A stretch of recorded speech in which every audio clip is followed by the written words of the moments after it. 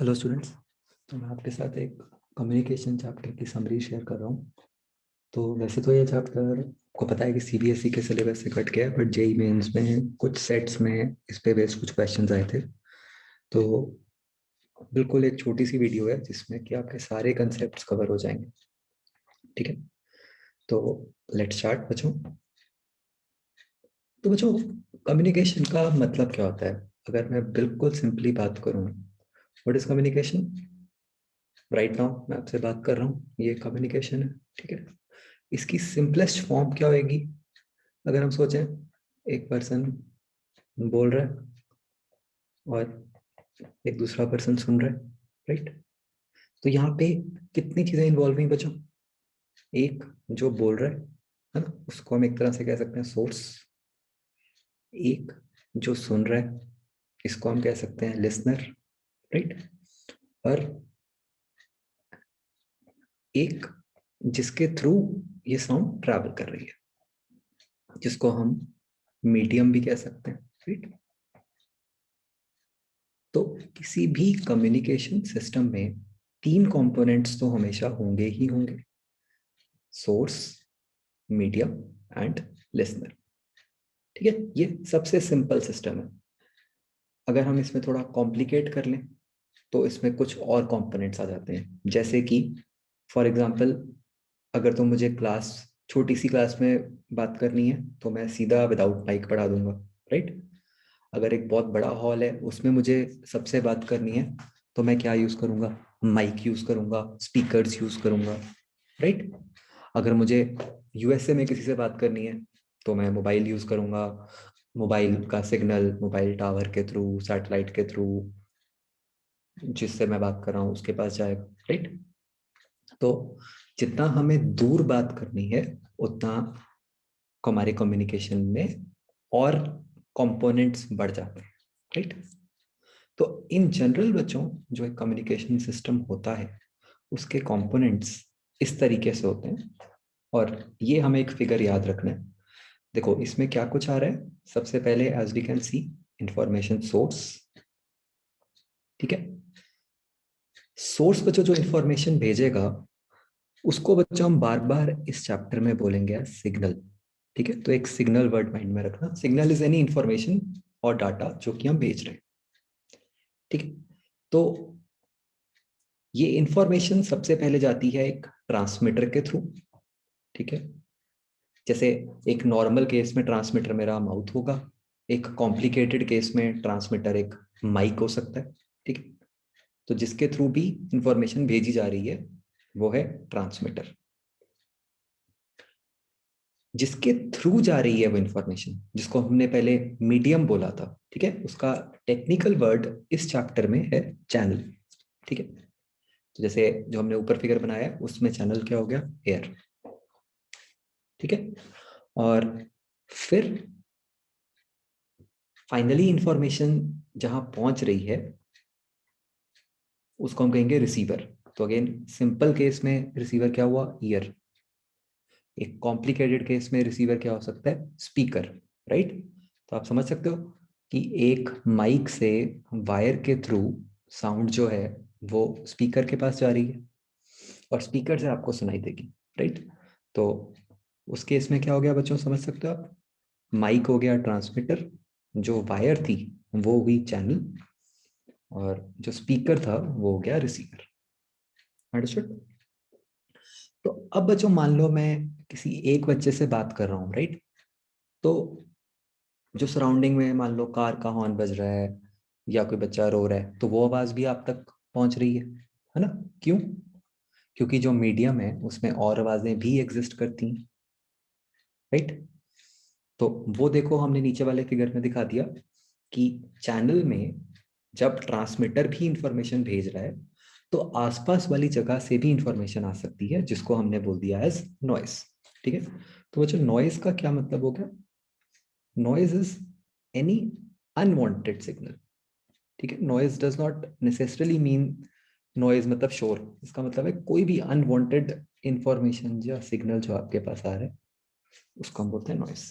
ठीक है, तो आपको जो क्वेश्चन आ सकता है बच्चों वो कैसे आ सकता है कि जैसे ये जो ब्लॉक्स हैं, तो आपको ये क्या पूछा जा सकता है कि बताओ इनमें से कोई भी ब्लॉक बताओ खाली जगह छोड़ के कि वहां पे क्या आएगा। तो आप समझ सकते हो 4 मेन कंपोनेंट्स हैं, transmitter, channel, receiver and noise. ये 4 आपको पता होने चाहिए। बहुत ही लॉजिकल सा फ्लो डायग्राम। ठीक है।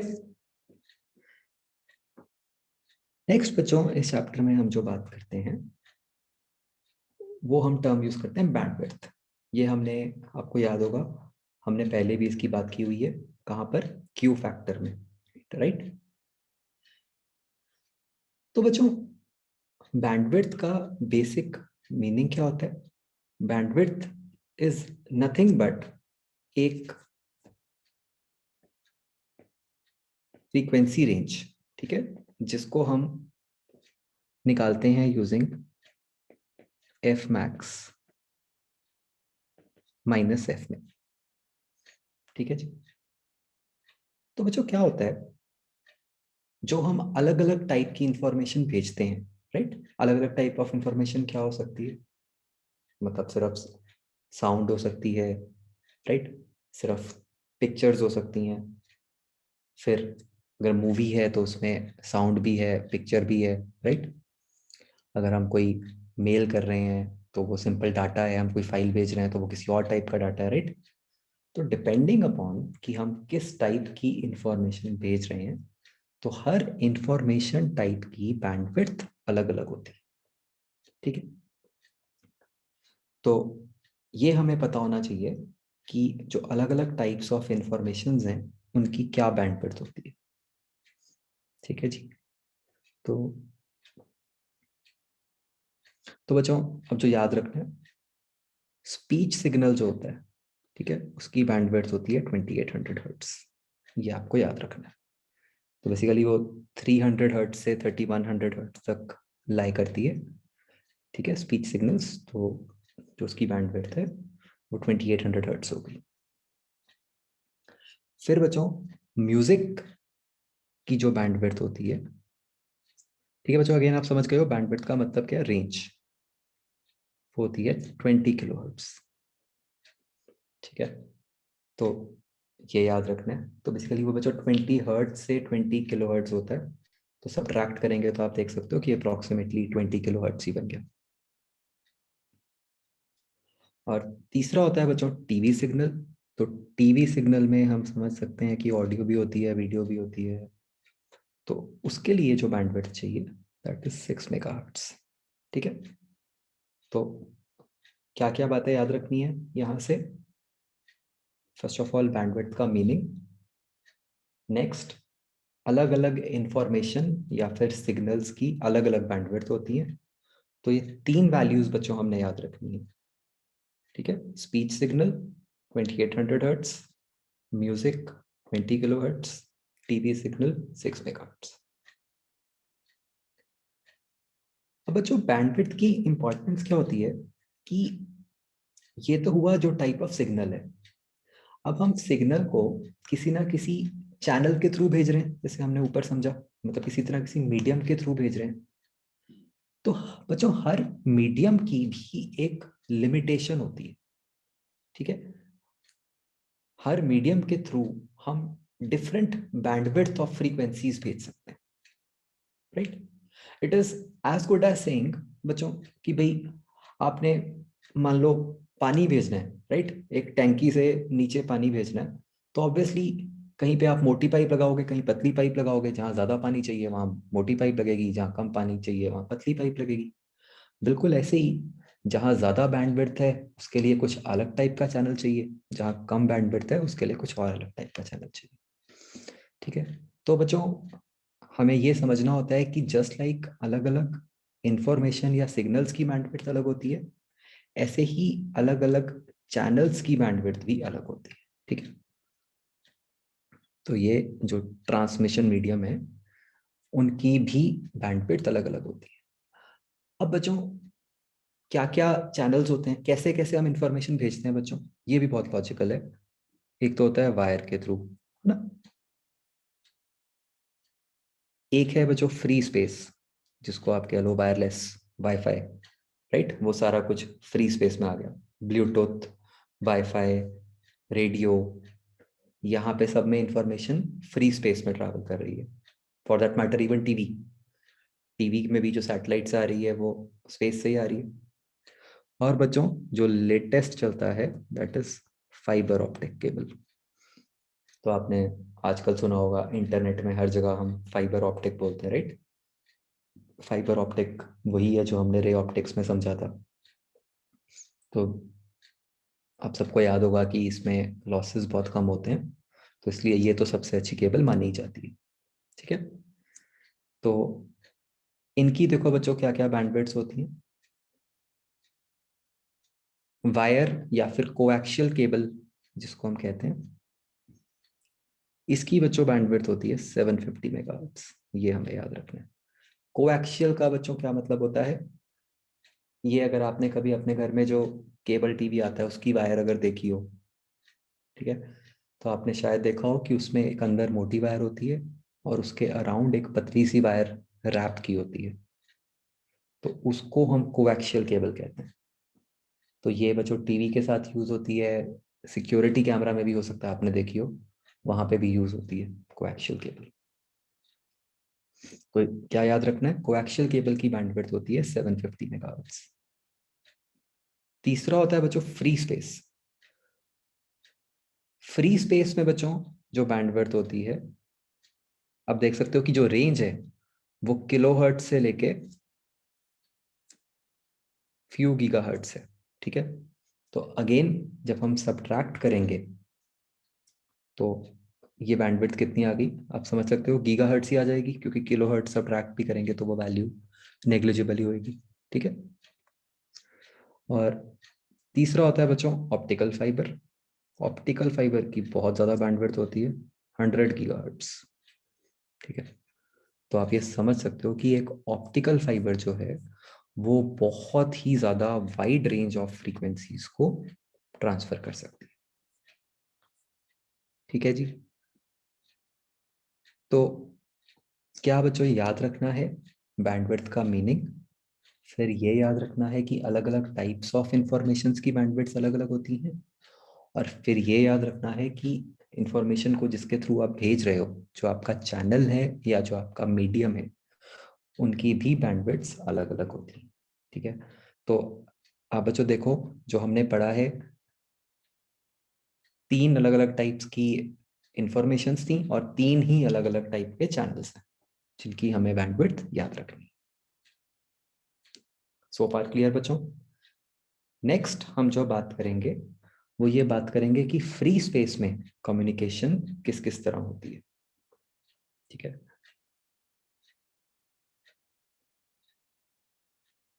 तो ये बच्चों एक सिंगल फिगर है जो सारा कुछ बिल्कुल क्लियर कर देता है कि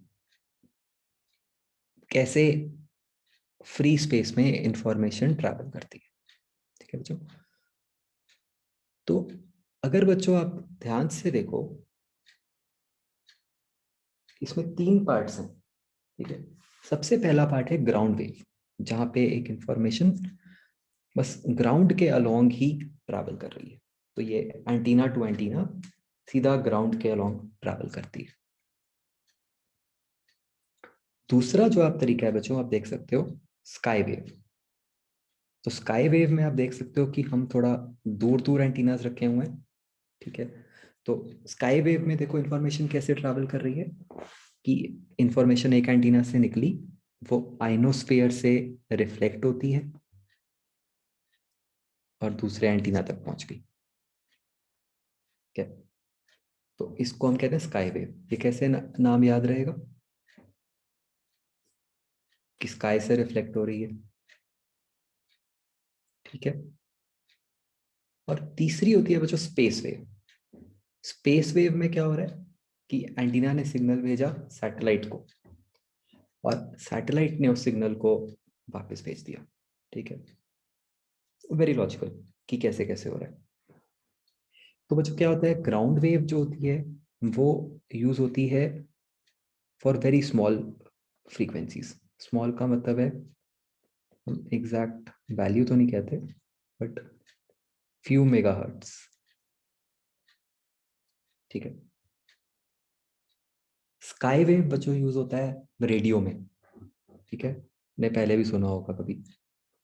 ये जनरली यूज होता है टिल 30 मेगाहर्ट्ज, ठीक है। ये बच्चों ब्रॉड वैल्यूज होती हैं, ठीक है, मैं एग्जैक्टली नहीं हम बात कर सकते। और स्पेस वेव जो है बच्चों वो यूज होता है for frequencies greater than 40 megahertz, ठीक है।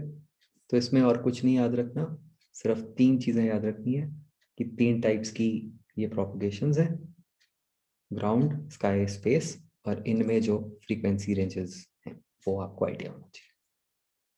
ओके, नेक्स्ट बच्चों ग्राउंड वेव से रिलेटेड हम एक कंसेप्ट पढ़ते हैं, बहुत ही सिंपल सा। ग्राउंड वेव जैसे हम देख सकते हैं कि इसमें जो इंफॉर्मेशन है वो ग्राउंड के थ्रू अलोंग ट्रैवल करती है। तो यहाँ पे बच्चों जब इंफॉर्मेशन ट्रैवल करती है उसको प्रॉब्लम क्या आती है, अर्थ के कर्वेचर की। तो देयर इज अ चांस कि अर्थ के कर्वेचर के कारण ये जो इंफॉर्मेशन है वो बीच में ब्लॉक हो जाए, ठीक है। तो ये बच्चों हम कैसे निकाल सकते होंगे, सिंपल ज्योमेट्री। यहाँ पे हमें क्या करना है,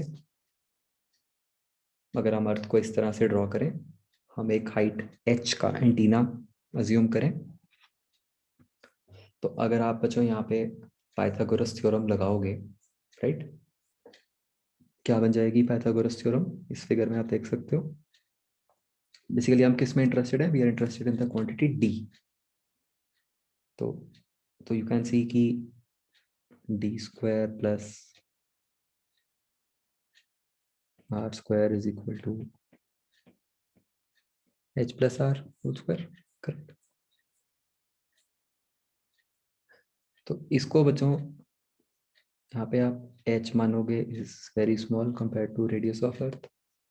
तो यहाँ से you will be able to get कि जो d है वो √2rh,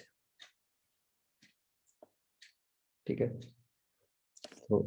तो मैक्सिमम जितने डिस्टेंस तक हम इंफॉर्मेशन भेज सकते हैं वो आप देख सकते हो कि दैट इज √2rh। ये रिजल्ट आपने याद रखना है। और अगर इसको बच्चों मैं ऊपर वाले फिगर में अप्लाई करूं तो यहाँ पे हम बात कर रहे हैं कि टोटल कितने डिस्टेंस तक भेज सकते हैं हम, राइट।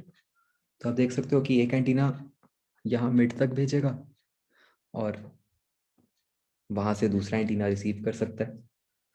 तो अगर 2 एंटीनाज हो गए तो उनके बीच में आप समझ सकते हो बच्चों टोटल कितना डिस्टेंस हो सकता है। ये कितना हो जाएगा, पहले का √2rht, राइट, और दूसरे का हो गया √2rhr,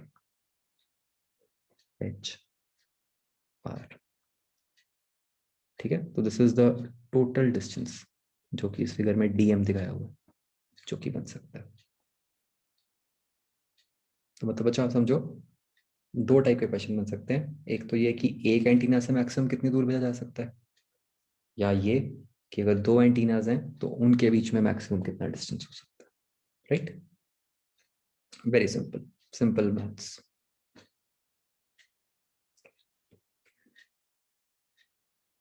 नेक्स्ट बच्चों हम आते हैं इस चैप्टर के लास्ट और सबसे इंपॉर्टेंट कॉन्सेप्ट पे, जिसको हम कहते हैं मॉड्यूलेशन, ठीक है। बिफोर इवन अंडरस्टैंडिंग कि मॉड्यूलेशन होता क्या है, first of all let's understand कि ये हम जिस तरीके से इंफॉर्मेशन भेज रहे हैं इसमें क्या लिमिटेशंस हैं। तभी हमें समझ आएगा कि ये जो भी प्रोसेस मॉड्यूलेशन है ये क्यों करते हैं, ठीक है। जो सबसे पहले एक इंफॉर्मेशन को भेजने के में किसका रोल आता है, एंटीना का, ठीक है। तो इट्स वो टर्न्स आउट कि आपको जो इंफॉर्मेशन भेजनी है उसके लिए जो एंटीना होना चाहिए वो λ/4 साइज का होना चाहिए। कि अगर आपकी इंफॉर्मेशन की वेवलेंथ लैम्डा है तो आपके एंटीना का साइज λ/4 होना चाहिए, ठीक है। ये एक मतलब ये वैल्यू याद रखनी है आपने, λ/4। तो अब इसमें बच्चों इशू क्या है कि जैसे ही आपकी वेवलेंथ बड़ी हो गई तो एंटीना का साइज बहुत बड़ा हो जाएगा, विच इज अ प्रॉब्लम। ठीक है ना? तो मतलब आइडियली यू विल वांट कि आपकी वेवलेंथ कम हो। ठीक है? तो वेवलेंथ कम का मतलब फ्रीक्वेंसी ज्यादा, राइट? क्योंकि वही लैम्डा इनटू एफ तो कांस्टेंट रहेगा। तो what you should understand is कि एंटीना का साइज छोटा रखने के लिए हमें वेवलेंथ छोटी रखनी पड़ेगी, जिस कारण से आइडियली वी विल वांट की फ्रीक्वेंसी ज्यादा हो। ठीक है? नेक्स्ट, एक एंटीना से बचो जो पावर रेडिएट होती है, ठीक है, इट सो टर्न्स आउट कि ये जो पावर होती है इट इज प्रोपोर्शनल टू 1/λ²। ठीक है? ये भी अगेन याद ही रखना है। तो अगेन इससे क्या पता चला कि भाई अगेन आप ज्यादा पावर भेजने के लिए अगेन आपको स्मॉल लैम्डा चाहिए, जिसके से समझ आता है कि हमें हाई फ्रीक्वेंसी चाहिए, राइट? और बच्चों फिर इसके बाद तीसरा जो इशू आता है वो ये आता है कि नॉर्मली हम जो सिग्नल भेजते हैं, राइट, मैं बोल रहा हूँ, आप बोल रहे हो, कोई तीसरा पर्सन बोल रहा है, तो हमारी फ्रीक्वेंसीज में कोई बहुत ज्यादा डिफरेंस नहीं होता, राइट?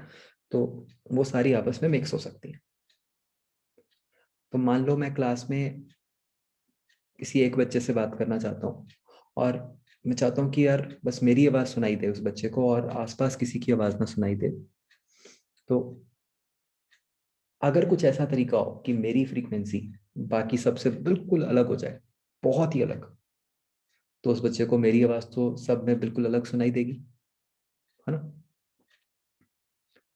तो इन तीन रीजंस के कारण बच्चों आपको आइडिया लग गया होगा कि हम किस तरफ जाना चाह रहे हैं। कि अगर किसी तरीके से हमारा जो सिग्नल है उसमें बहुत ज्यादा हाई फ्रीक्वेंसी आ जाए, ठीक है, तो अच्छा है, हर तरीके से ये हमारे लिए एक फेवरेबल बात है। ठीक है? तो यहां से बच्चों इन्वेंशन हुई मॉड्यूलेशन की।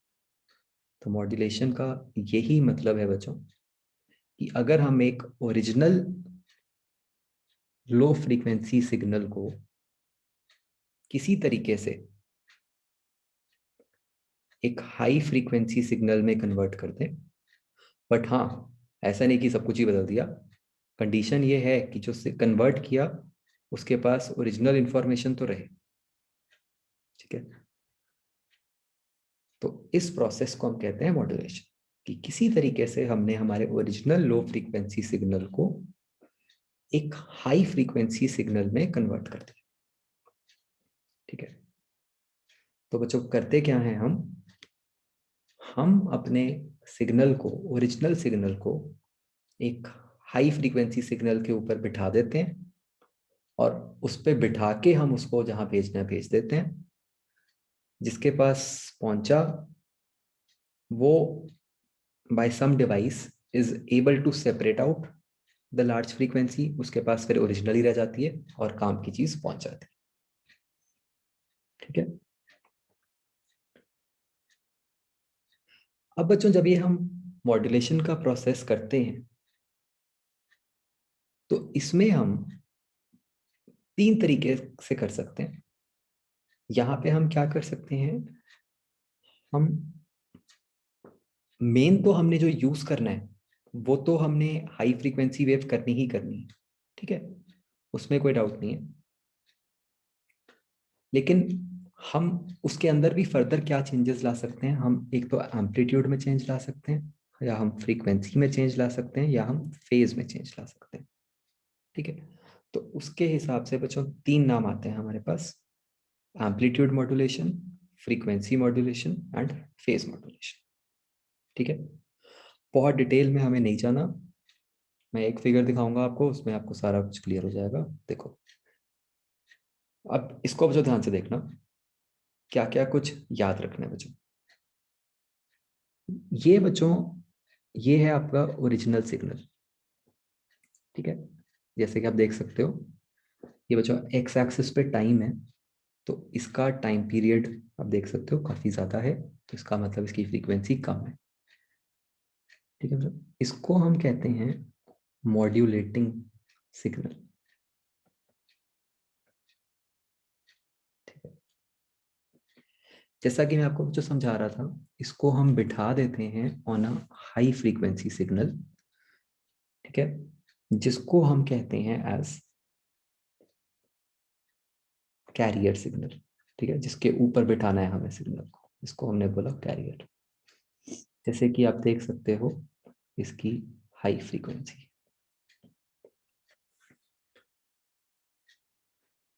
इन दोनों को बच्चों मिक्स करके जो सिग्नल बनता है, उसको हम कहते हैं एज मॉड्यूलेटेड सिग्नल।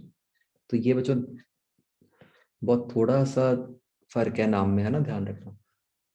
मॉड्यूलेटिंग मतलब ओरिजिनल, मॉड्यूलेटेड मतलब जो बाद में बना, ठीक है। तो बच्चों इनको किस तरीके से मिक्स किया, उसके हिसाब से हमारे पास तीन टाइप की वेव्स बन सकती हैं, ठीक है बच्चों। तो नाम से देखो बच्चों, फिर से बिल्कुल क्लियर हो रहा है। जैसे अगर आप देखोगे कि ये जो फर्स्ट वेव है, इसमें एम्पलीट्यूड चेंज हो रहा है, राइट, इसलिए इसको हम बोलते हैं एम्पलीट्यूड मॉड्यूलेशन। ये जो दूसरे टाइप की वेव है, इसमें बच्चों आप देख सकते हो कि टाइम पीरियड चेंज हो रहा है, मतलब फ्रीक्वेंसी चेंज हो रही है, इसलिए इसको हम बोलते हैं फ्रीक्वेंसी मॉड्यूलेशन। तो बच्चों जो आपके रेडियो में AM FM होता है, वो यही चीज होती है, ठीक है। और तीसरा होता है बच्चों, अगर आप तीसरे वाले फिगर को ध्यान से देखो, तो यहाँ पे क्या हो रहा है बच्चों कि जो वेव है ना, ये इस फिगर से बच्चों उतना प्रॉपरली क्लियर नहीं हो रहा, बट व्हाट हैपेंस इज कि जो वेव है ना, उसका पूरा साइकिल कंप्लीट नहीं हो पाता, ठीक है। मतलब कुछ ऐसा हो जाता है, मतलब ये इस फिगर को अगर मैं ठीक कर दूं, think of it as this वे,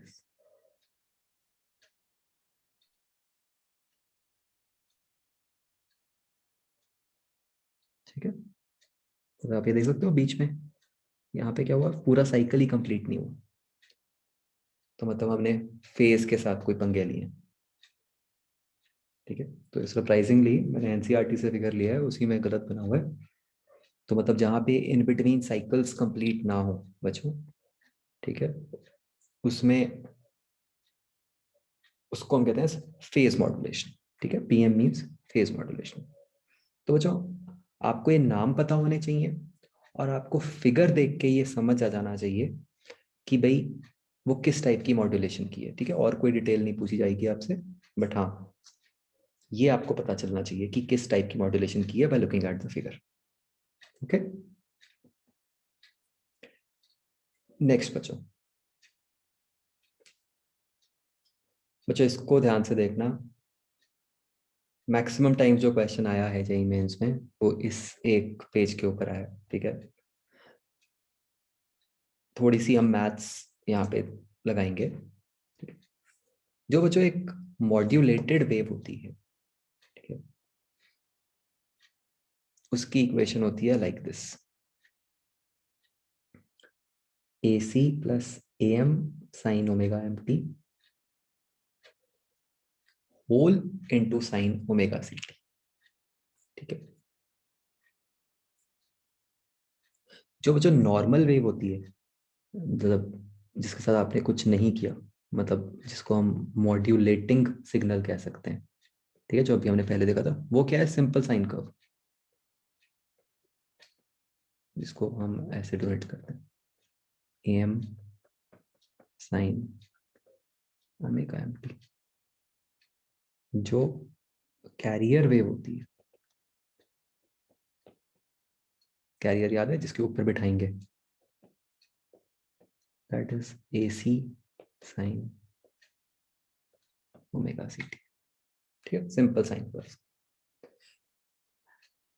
इन दोनों को बच्चों हम मिक्स करते हैं, कुछ ना कुछ मैथमेटिकल ऑपरेशन से मिक्स करते हैं, ठीक है। सुपरपोजिशन नहीं है, कुछ और कॉम्प्लेक्स तरीके से इसको मिक्स करते हैं, जिससे कि हमारे पास जो रिजल्टिंग वेव बन जाती है वो इस टाइप की बन जाती है बच्चों। इसको ध्यान से देखो, ये आपको पता चलना चाहिए, ठीक है। आपको ऐसी कोई इक्वेशन देख के कंपेयर करके पूछा जा सकता है कि बताओ ए सी क्या है, ए एम क्या है, ओमेगा एम क्या है, या ओमेगा सी क्या है, ठीक है। इसलिए this becomes very very important.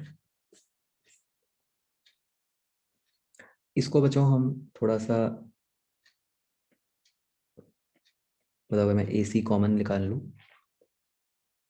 तो ये बन जाती है A C sine omega C T into 1 plus A M by A सी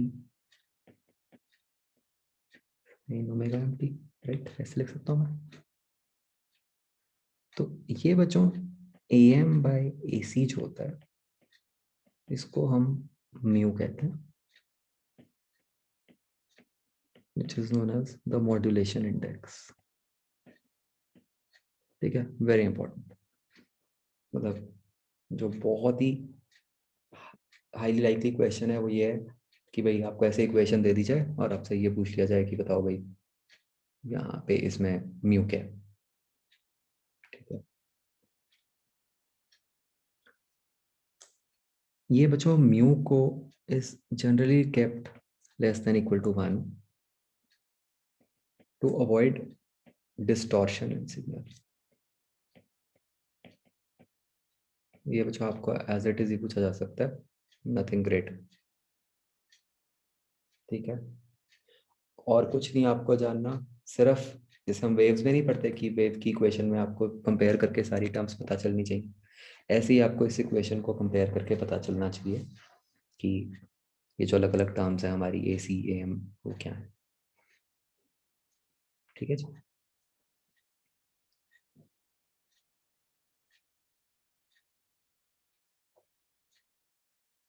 तो अच्छा, आप ये भी देख सकते हो कि ये जो मेरी इक्वेशन है ना, इसमें अगर मैं चाहूं तो I can write it as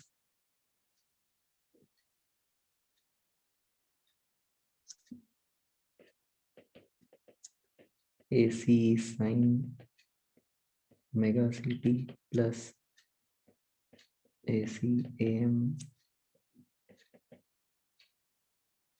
sign omega M T sine omega C T, isn't it? अब बच्चों इसके ऊपर अगर आप अपना sine A sine A B वाला रिजल्ट लगा दो, ठीक है, तो आप देख सकते हो कि यहाँ पे एक आपके पास 3 साइन या फिर कॉस की टर्म्स आ जाएंगी, ठीक है। तो अगर आप इसको सिंप्लीफाई करोगे बच्चों, आपके पास ये ऐसा बन जाएगा ए C sine omega C T, ठीक है। मैं बच्चों डायरेक्ट रिजल्ट लिख रहा हूँ, आप वो साइन ए साइन बी वाले रिजल्ट से लिख सकते हो। ये बन जाएगा बच्चों आपका mu A C by 2 whole into cos of omega C minus omega M into T, ठीक है, minus cos of omega C plus omega into T. तो बच्चों what you need to understand is यहाँ पे 3 टर्म्स आ रही हैं sine cos की जो आपस में ऐड सब्ट्रैक्ट हो रही हैं, राइट। ये वाली, ये वाली और ये, ठीक है ना। जो कीप दिस इन माइंड, ठीक है। इसके बेसिस पे ये मैथमेटिकल फॉर्म बिल्कुल इंपॉर्टेंट नहीं है, मैथमेटिकल फॉर्म तो सिर्फ ये जो मेन इक्वेशन है उसकी इंपॉर्टेंट है, क्या बस समझना है इसके बेसिस पे, ठीक है। देखो ये हमने बात कर ली, ठीक है, कि म्यू की वैल्यू लेस देन 1 रखनी है, बस एक ही है फिगर बचो। Most important thing, of this chapter. बच्चों ये बिल्कुल हमने पहले वाली इक्वेशन को ही बस रिप्रेजेंट कर दिया कि भाई जो हमारा मॉड्यूलेटेड सिग्नल होता है, it is a collection of 3 frequencies. One main frequency omega C जिसका एम्पलीट्यूड है AC, ठीक है, एंड 2 साइड फ्रीक्वेंसीज, ठीक है, जिनमें से एक हो गई omega C minus omega M, एक हो गई omega C plus omega M, ठीक है। ये बच्चों ओमेगा एम क्या है याद रखो। ओमेगा एम मतलब जो आपका मॉड्यूलेटिंग सिग्नल था उसकी फ्रीक्वेंसी, ठीक है। ओमेगा सी क्या है, कैरियर वेव वाली फ्रीक्वेंसी, राइट। तो भाई जो उनको मिला के बना उसमें सिग्नल में आपकी 3 फ्रीक्वेंसीज हैं। एक है ओमेगा सी, एक है omega C minus omega M, और एक है omega C plus omega M. जो ओमेगा सी वाली फ्रीक्वेंसी है उसका एम्पलीट्यूड है AC। जो दोनों साइड फ्रीक्वेंसीज हैं उसका एम्पलीट्यूड है म्यू इंटू AC/2, राइट बच्चों। यहाँ से आप ये भी देख सकते हो कि ये जो सिग्नल है इसकी बैंडविड्थ क्या हो गई अगर हम मैक्सिमम माइनस मिनिमम करेंगे, 2 ओमेगा, राइट बच्चों। तो बस आपको फिर से बच्चों मैं कह रहा हूँ कि आप पता होना चाहिए कि भाई ये जो मॉड्यूलेटेड सिग्नल बनता है उसकी प्रॉपर्टीज, तो उसमें 3 फ्रीक्वेंसीज हैं, राइट। उन तीनों फ्रीक्वेंसीज के एम्पलीट्यूड्स और इसकी बैंडविड्थ, ये आपको पता होना चाहिए, ठीक है जी। और फाइनली बच्चों बस एक लास्ट जो बात आप याद रख सकते हो वो होता है बच्चों कि जो अनमॉड्यूलेटेड वेव होती है, ठीक है, उसकी जो पावर होती है average power, that is given by AC² / 2R, ठीक है। यहाँ पे R जो होता है ये रेजिस्टेंस ऑफ एंटीना होती है, वो जो कैरियर वेव की है, ठीक है, तो इसलिए हमने ये AC यूज किया, ठीक है, जैसे कि लिखा है अनमॉड्यूलेटेड कैरियर वेव,